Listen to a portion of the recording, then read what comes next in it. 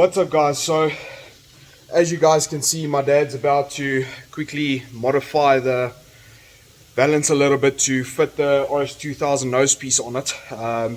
As you guys will see behind me, we got the RS2000 fenders more or less fitted, just to see how everything lines up. The molds and stuff that we got is very good. There's some little modifications you have to do at the backside where there's a little excess fiberglass and stuff like that, but overall, from the Valance side and from the door side and the top of the engine bay, it comes together very well. It's thick fiberglass, so it's gonna hold.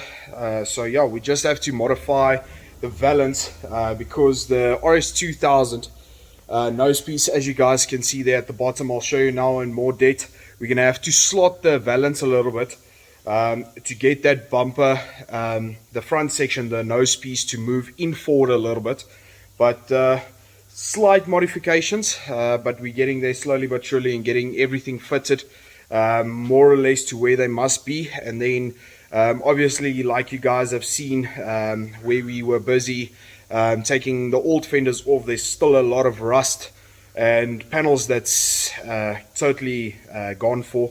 So we're gonna have to sort that out by welding in metal to build up that edges again, fix all that spots, get that sorted out. But slowly but surely, Ricardo's MK2 RS2000 conversion is getting there.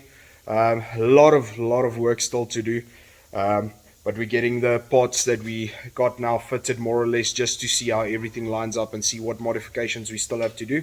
So slowly but surely we're getting there. Hope you guys enjoy.